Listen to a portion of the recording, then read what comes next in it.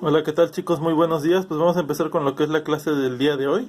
Y si ustedes recordarán, estábamos viendo en la clase del día de ayer, precisamente que estábamos hablando un poco de lo que son las calorías dentro de lo que es nuestro sistema biológico, ¿vale?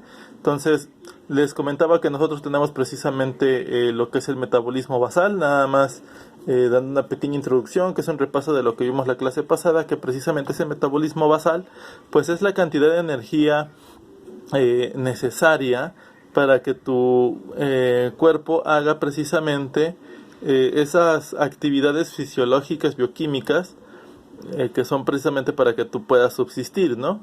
Es decir, la energía que necesita tu corazón para poder bombear sangre, la energía que necesitan tus pulmones para poder ventilar, la energía que necesita tu cerebro para poder mandar la sinapsis hacia las diferentes partes del cuerpo, la energía necesaria, por ejemplo, del estómago y del tracto digestivo para poder asimilar los nutrientes, etcétera, etcétera, ¿no? Entonces, ese es el metabolismo basal. Entonces, aquí también yo te comentaba que no lo confundieras con la mínima cantidad de energía necesaria para poder subsistir.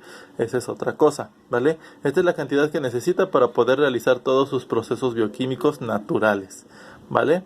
Y nosotros habíamos visto que precisamente ese metabolismo basal lo podíamos nosotros obtener con lo que es calorimetría, ¿vale? Te mostraba precisamente lo que es el individuo, que debe tener ciertas condiciones, por ejemplo, de estar en reposo, no haber realizado algún tipo de actividad antes de tomar este tipo de estudio, de no presentarse en una situación de estrés. La temperatura del ambiente tiene que ser adecuada, entre unos 28 grados centígrados.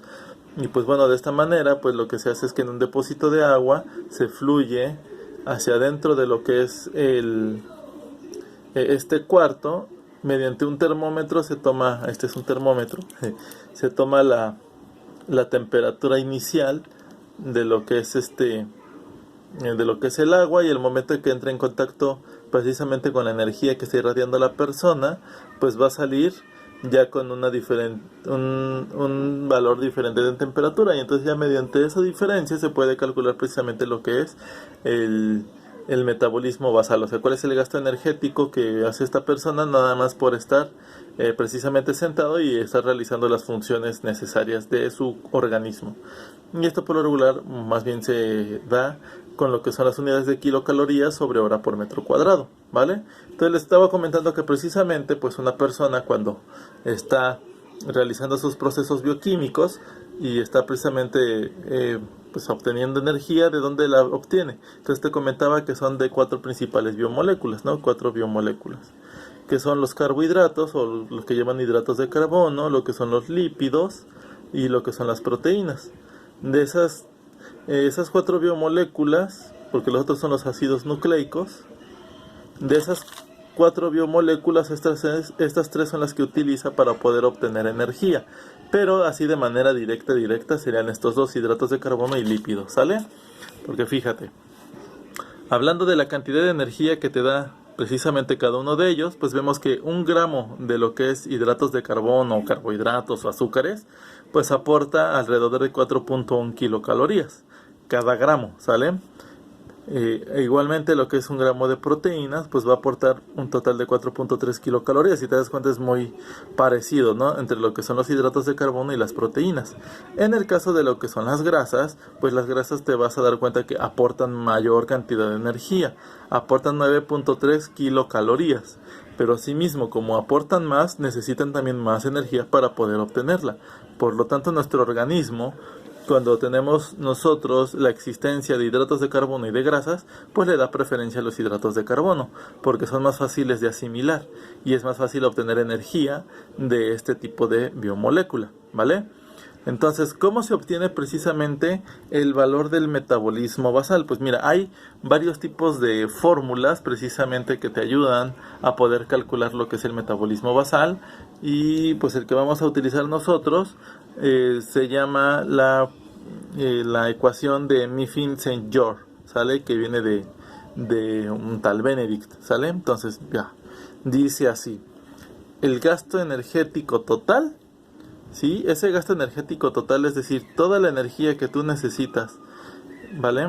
Para poder realizar alguna actividad que sea diferente, diferente de los procesos mencionados sería de la siguiente manera.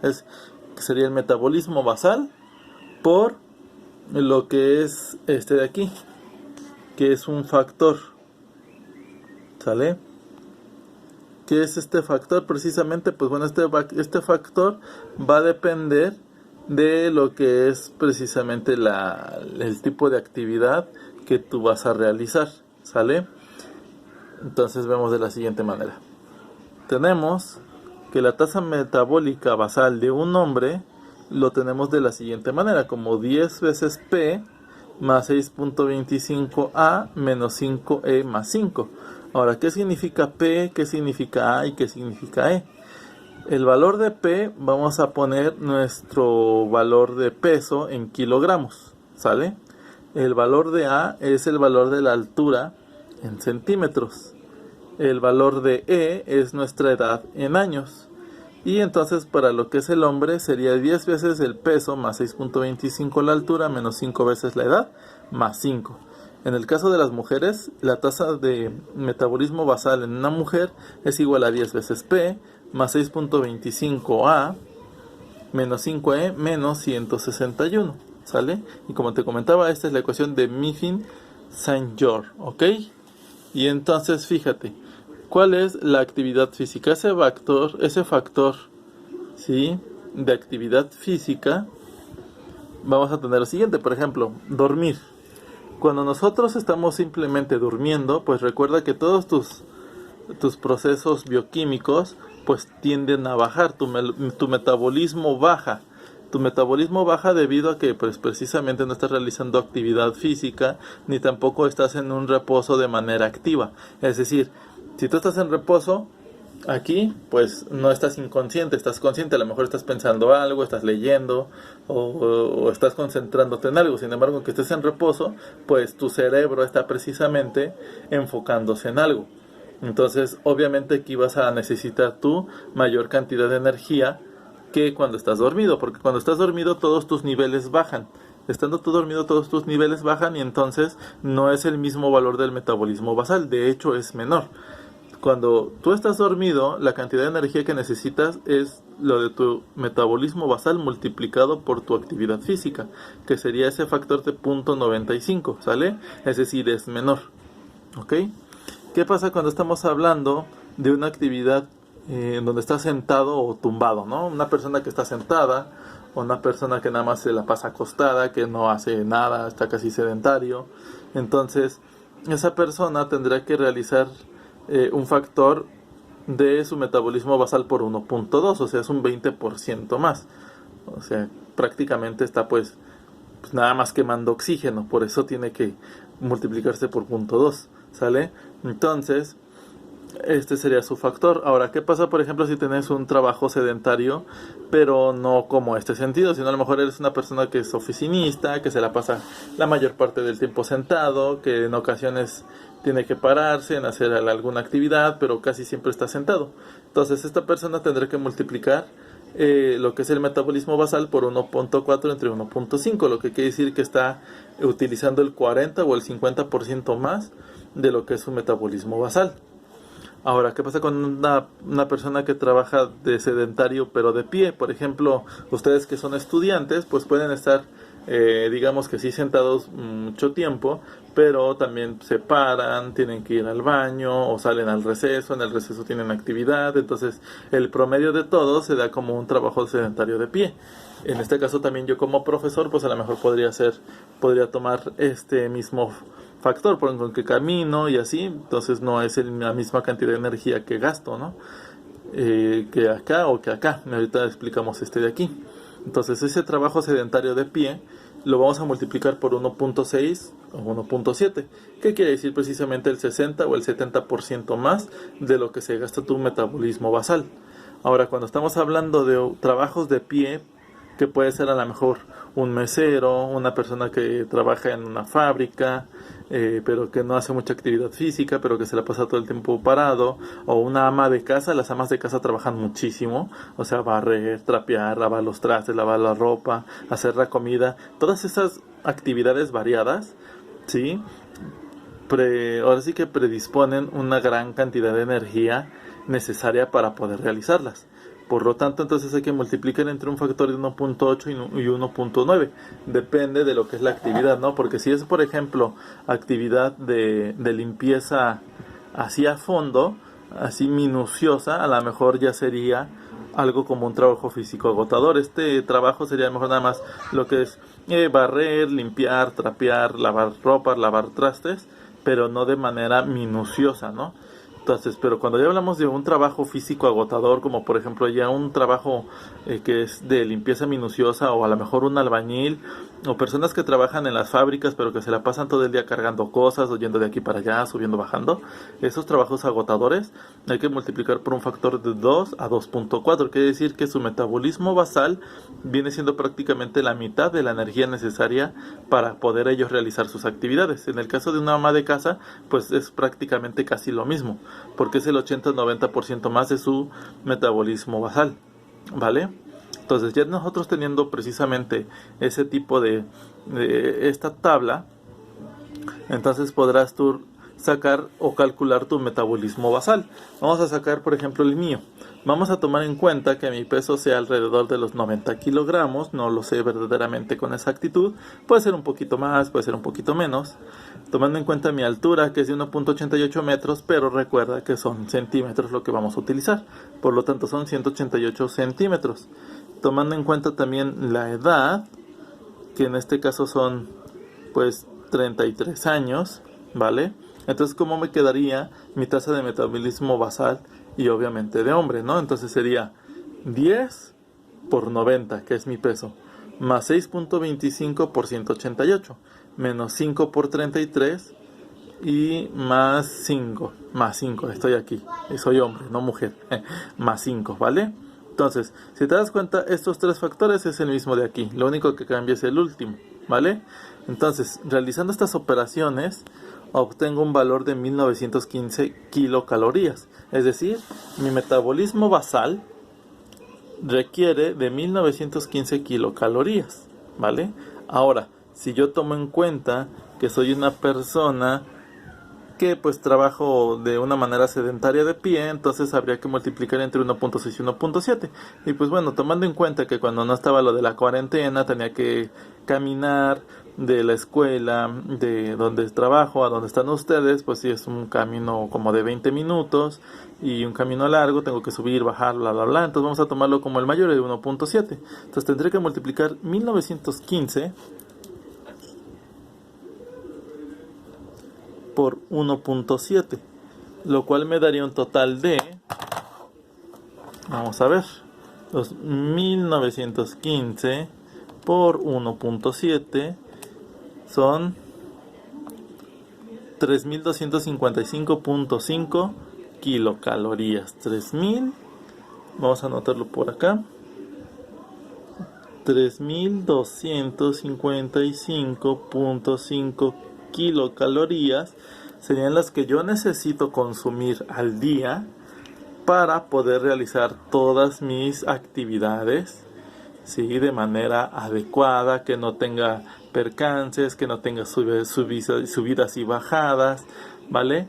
Que no tenga descompensaciones. Esta es la cantidad de energía necesaria a consumir en un día, 3255.5 kilocalorías, ¿ok? Entonces, a ver, vamos a ver. Cuando estamos hablando de metabolismo basal, pues hay que tomar en cuenta también ciertas cosas, ¿vale? Porque no va a ser siempre lo mismo. Incluso estando en la edad en que estás, ¿vale? No va a ser siempre la misma tasa de metabolismo, porque hay muchos factores que modifican el metabolismo basal. Mira, aquí te voy a hablar de algunos de ellos. Por ejemplo, la edad. La edad es uno de los factores que modifica tu metabolismo basal. Por ejemplo, una persona que es más joven, pues va a tener una tasa de metabolismo basal más alto que una persona que ya es más grande. Por eso las personas que son más grandes requieren de menor energía para poder realizar sus procesos vitales y son, en este caso, más propensos de subir de peso de una manera más fácil que una persona joven, ¿sale? Y con menor cantidad de lo que es pues de comida. Otro de los factores es el sueño. El sueño, sí, ya sea que estés dormido o ya sea que tú tengas sueño, lo que hace es precisamente es bajar tu metabolismo basal.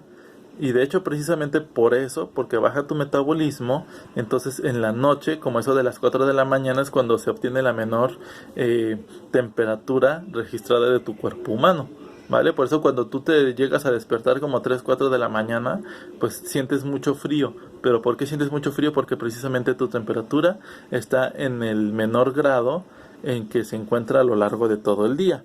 Otro de los factores que modifica precisamente tu metabolismo basal es el estrés, ¿vale? El estrés, que puede ser precisamente por mucho trabajo, porque estás pasando por alguna dificultad, entonces eso eleva tu metabolismo basal. Por eso una persona cuando se estresa baja de peso. ¿Por qué? Porque como está precisamente elevando su metabolismo, entonces el metabolismo basal empieza a quemar. Si no has comido, pues empieza a quemar las grasas y uno empieza a bajar de peso. Y si a eso le sumas todavía que estás tomando café o cosas así, que son precisamente otros factores estresantes, entonces pues está peor la cosa, ¿no? En ese sentido. ¿Ok? Entonces, otro de los factores que también modifican, por ejemplo, es el ejercicio. El ejercicio también aumenta, pero esto aumenta de manera positiva tu metabolismo basal. Si tú te activas con deporte o con ejercicio en casa, entonces vas a quemar energía de manera más eficiente, de manera más fácil, aquí si estás en una forma sedentaria, ¿vale? La desnutrición también es algo que modifica lo que es tu metabolismo, porque en este sentido, como no estás recibiendo precisamente la cantidad de alimento necesaria, tu cuerpo está subsistiendo prácticamente, ¿sí? Con lo poco que tiene, está subsistiendo para no morir. Por eso las personas que tienen desnutrición muestran estos rasgos, digamos, en el que se le marcan los huesos, tienen prácticamente la piel pegada a los huesos. ¿Por qué? Porque ya se han acabado sus reservas de grasa, se han acabado también las reservas proteicas y pues simplemente están subsistiendo con la menor cantidad posible para no morir. Y eso hace que precisamente su metabolismo pues se ralentice a lo más posible, porque si no lo hiciera, pues moriría en cuestión de horas. Algo también que eleva lo que es tu metabolismo, pues es el embarazo y la lactancia, ¿sale? La mujer cuando está en embarazo, entonces obviamente va a subir su metabolismo. ¿Por qué? Porque no nada más es el de ella, sino también es el del feto. O en el caso de la mamá, cuando ya está en lactancia, pues eso activa precisamente pues varios factores, ¿no? Por ejemplo, la producción de leche, ¿sí? Y la alimentación del bebé. Entonces eso aumenta tu metabolismo basal. Por ejemplo, las hormonas también son otros factores que ya sea que aumenten o que disminuyan tu metabolismo. Por ejemplo, las que aumentan sería como la testosterona, la hormona del crecimiento y la tiroides. Las hormonas de la tiroides pueden aumentar tu metabolismo, pero de igual manera las hormonas de la tiroides también pueden bajar tu metabolismo. Cuando sube tu metabolismo, a lo mejor puede ser por la hormona del crecimiento, es cuando tú muestras a lo mejor una alta estatura, y si es ahora sí que un metabolismo descontrolado de lo que es la hormona del crecimiento, pues muestra lo que es el gigantismo. En contraparte, si fuera algo una hipoactividad, entonces vas a tender a lo mejor a presentar un enanismo, o puedes empezar a presentar lo que es una subida de peso, porque como está precisamente bajando los niveles del metabolismo, entonces no está quemando todo de manera adecuada, y entonces lo que no se quema pues se va a depositar a las células adiposas, ¿vale? Y otro de los factores es precisamente la enfermedad. La fiebre hace que se eleve tu metabolismo porque está tratando de mantener la misma temperatura que es elevada para que no se eleve más, y entonces eso hace que trabaje con mayor rapidez, ¿vale? Entonces hay que tomar en cuenta, por ejemplo, esos factores que precisamente están determinando tu metabolismo basal, ¿vale? Porque no siempre va a ser el mismo, ni siquiera en la misma edad. No es tu mismo metabolismo basal que tienes tú ahorita, por ejemplo, que si tú hicieras ejercicio, a que si tú estuvieras enfermo, ¿sale? O cuando estás pues durmiendo, ¿va? Ahora, tomando en cuenta esto, vamos a lo siguiente. Buscando yo en tablas, buscando en internet, tratando de encontrar pues cosas más un poquito más entendibles, pues encontré lo siguiente. Mira, los gastos calóricos, ¿vale? encontré yo ciertos valores de gastos calóricos, la verdad discrepan unos de otros, unos te muestran calorías, otros kilocalorías, y ese es un punto importante a tratar, porque por ejemplo si tú ves algunas páginas o algunas etiquetas incluso de lo que son de información nutrimental, muchas veces te manejan calorías y kilocalorías como si fueran sinónimos y no lo son, porque tú sabes que una kilocaloría es igual a 1000 calorías, y muchas veces te toman como si fueran calorías y kilocalorías iguales, ¿no? Y eso lo hacen precisamente como para no espantar a la gente y decir, ay, no, son tantísimas calorías.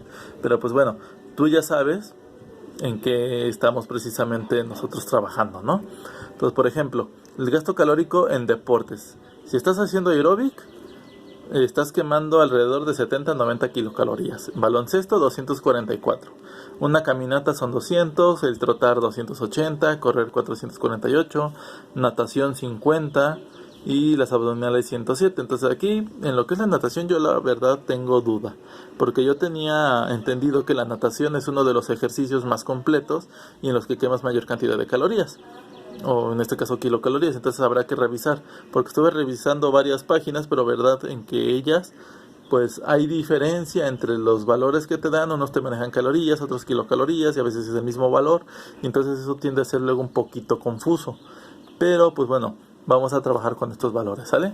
Y también, por ejemplo, hay valores de kilocalorías que se gastan en la vida cotidiana. Por ejemplo, hacer jardinería puede ir desde 122 hasta 183 kilocalorías. ¿De qué va a depender? Si es jardinería ligera o si es jardinería ya más pesada, ¿no? Por ejemplo, cortar el pasto. Aquí sería nada más como regar y a lo mejor quitar un poquito de maleza. Aquí ya sería como ya bien, ¿no? A lo mejor plantar algo, quitar toda la maleza bien, cortar el pasto, darle mantenimiento, etcétera. Cocinar, 79 kilocalorías, limpiar 48, subir escaleras 51 kilocalorías, ¿vale? Y también aquí tenemos las calorías de los alimentos. Por ejemplo, una manzana, y estos son por 100 gramos. Aquí, lo que es el gasto calórico sería, por ejemplo, por una persona que en promedio es de 70 kilogramos y que hace esta actividad alrededor de 30 minutos, ¿vale? Porque hay que tener en cuenta esto, qué tipo de persona es y en cuánto tiempo, porque va a ser diferente. Por ejemplo, si es una persona que tiene mayor cantidad de masa, pues va a requerir mayor energía para realizar estas mismas actividades. Y si es más tiempo, pues obviamente esto va a ser al doble, ¿no? Si es una hora. Y en este caso, en la caloría de los alimentos, pues son las calorías que se muestran por cada 100 gramos de dicho alimento. Por ejemplo, la manzana. Dice que la manzana son 52 kilocalorías, lo que te aporta 100 gramos. La piña, 55, pera, 55, plátano, 88, ¿sale? El higo, 107, la mandarina, 50, la sandía, 30, las uvas, 70, el limón, 35, el aguacate, 160, el brócoli, 35, los frijoles, 25, el pepino, 15, la papa, 86, la calabaza, 19, la espinaca, 23, la salchicha, fíjate, la salchicha, 373 kilocalorías, la pechuga de pollo, 75, o sea, fíjate la diferencia entre comer una pechuga de pollo, y más si es asada, a comer una salchicha, ¿no? 100 gramos de pollo, 100 gramos de salchicha. Por eso es que dicen que los embutidos no son muy nutritivos. ¿Por qué? No porque el hecho de que te dé más kilocalorías quiere decir que sea mejor, porque va a depender pues de tu actividad física, ¿no? Por ejemplo, el salami, 507, el jamón, 335, el salmón, 137, el atún, 144, el huevo, 155, la leche, 47, el yogur, 62, los fideos, 142, el espagueti, 152, el vino, 293. Por ejemplo, una hamburguesa con queso, 250 kilocalorías, y las papas fritas, 539 kilocalorías, ¿vale? Entonces, ¿de dónde se obtienen estas kilocalorías? Pues precisamente, como te había yo comentado, pues es como un cálculo tomando en cuenta la cantidad de gramos que tengan de hidratos de carbono, la cantidad de gramos que tenga de grasa y la cantidad de gramos que tenga de proteínas. Y también tendría que ser la cantidad de gramos de fibra dietética, porque la fibra más o menos te aporta como 2 kilocalorías por gramo, pero lo que es las etiquetas de información nutrimental pues no te lo añaden ahí, ¿no? Entonces verdaderamente es un poquito más de lo que se da. Por ejemplo, vamos a hacer un ejemplo, mira, el aguacate. El aguacate, buscando en internet, más o menos, en 100 gramos de aguacate, dice que más o menos son 15 gramos de grasa, 8.5 gramos de carbohidratos y 2 gramos de proteínas. Entonces obviamente va a tener más cosas. Tiene fibra, tiene fibra, no sé qué tanto tenga, si tenga, pero sí tiene vitaminas, tiene minerales, tiene otras cosas que no te aportan energía. Te aportan nutrimentos a lo mejor a tu organismo, como algunos minerales para la función de tus enzimas, etcétera, etcétera, ¿no? Pero los que te aportan energía son estos: grasa, carbohidratos y proteínas, ¿vale? Entonces, siendo así, tendríamos que multiplicar los gramos que tienes de cada uno por la cantidad de energía que te da por gramo. Por ejemplo, la grasa te da 9.3 kilocalorías y de ella tienes 15 gramos. Si te das cuenta, tienes mayor cantidad de grasa que de carbohidratos y de proteínas juntos. Ahora, de carbohidratos te da 4.1 kilocalorías por gramo y de proteínas 4.3 kilocalorías por gramo. Lo único que tienes que hacer es la multiplicación de estos dos. 15 por 9.3, 8.5 por 4.1, 2 por 4.3.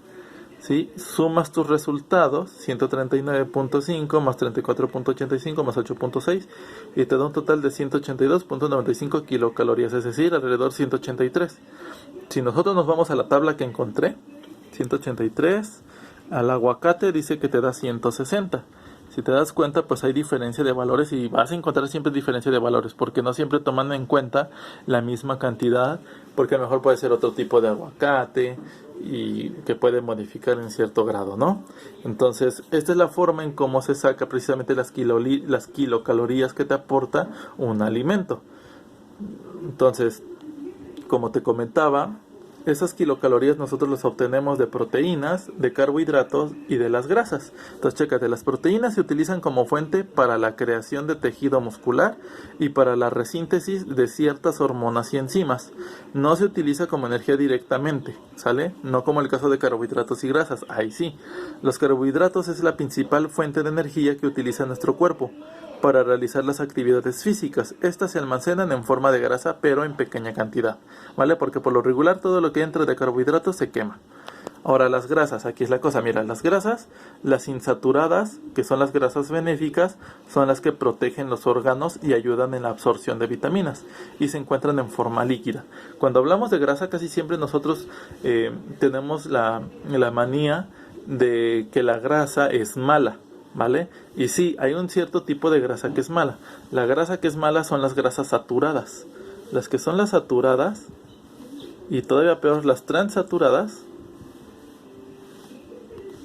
esas son las grasas que son malas para nuestro organismo. Las que son las insaturadas, o monoinsaturadas o poliinsaturadas, son esas grasitas que se encuentran, por ejemplo, en nuestros órganos, en nuestros músculos, que sirven para eliminar la fricción a lo mejor entre los huesos, ¿sí? Y también sirven para proteger los órganos. Por ejemplo, la grasita que tiene el pollo en la piel y todo eso, pues obviamente tiene una función benéfica.